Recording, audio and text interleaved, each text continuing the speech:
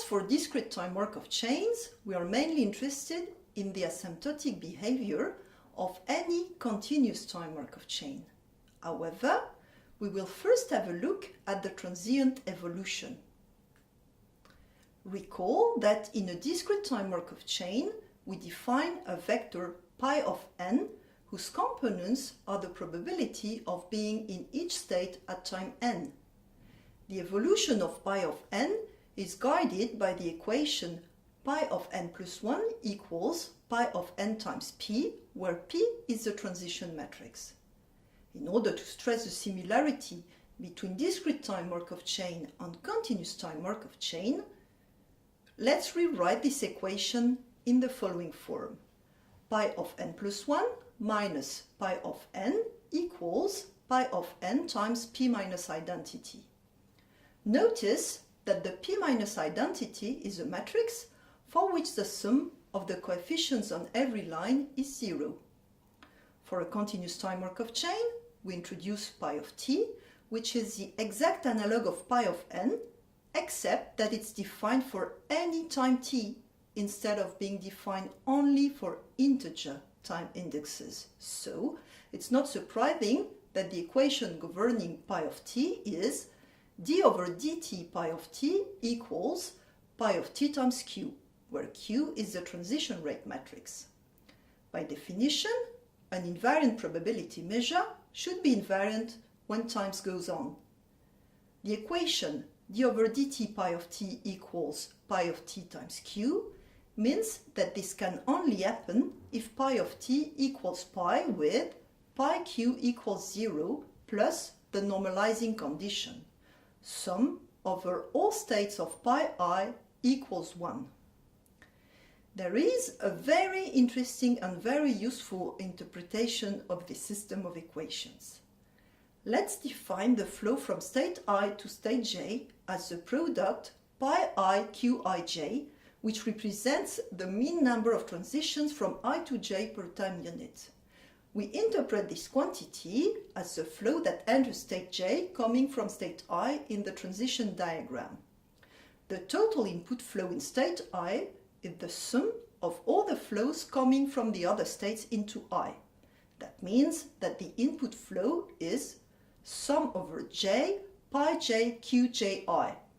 The output flow from I is the sum of all the flows coming from I to the other states. It is represented by sum over j pi I qij. With a few manipulations, it can also be written as minus pi I qii. The basic idea is to say that what goes in is equal to what goes out, as usual if we are in an equilibrium state. This means that the input flow has to be equal to the output flow. The equations we obtain are exactly the expanded version of the system pi q equals 0. We will now retrieve the equations we obtained for the MM1Q. The state space is a set of integers. Lambda is the arrival rate of the Poisson process, and 1 over mu is the mean service time. The most important thing to notice is that when the Q is in state I, the next event may be either an arrival or a departure. This means that the input flows into state I come only from state I plus 1 or state I minus 1. Likewise, the flows coming out of state I can only go to state I minus 1 or to state I plus 1. Taking into account the value of the Qij's, we obtain this diagram. For state 1, the input flow from 2 to 1 is pi 2 times mu. The input flow from 0 to 1 corresponds to an arrival, so it's pi 0 lambda. Thus, the total input flow in state 1 is mu pi 2 plus lambda pi 0. The output flow is the sum of the flow from 1 to 2, which corresponds to an arrival and is equal to lambda pi 1, and the flow from 1 to 0, which corresponds to a departure and is equal to mu pi 1. In virtue of the equilibrium physicist's definition, what goes in equals what comes out, we have the equation mu pi 2 plus lambda pi 0 equals lambda pi 1 plus mu pi 1.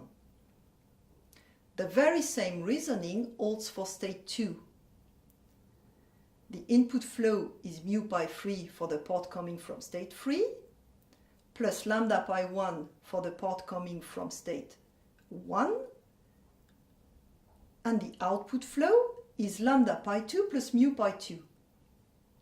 And we can repeat the same analysis for any state I. This gives the equation lambda pi I minus 1 plus mu pi I plus 1 equals lambda pi I plus mu pi I. There is one particular state, namely state 0, since we can have neither a departure from this state nor an arrival from another state. So, the input flow comes only from state 1 and is equal to mu pi 1, and the output flow goes only to state 1 and is equal to lambda pi 0.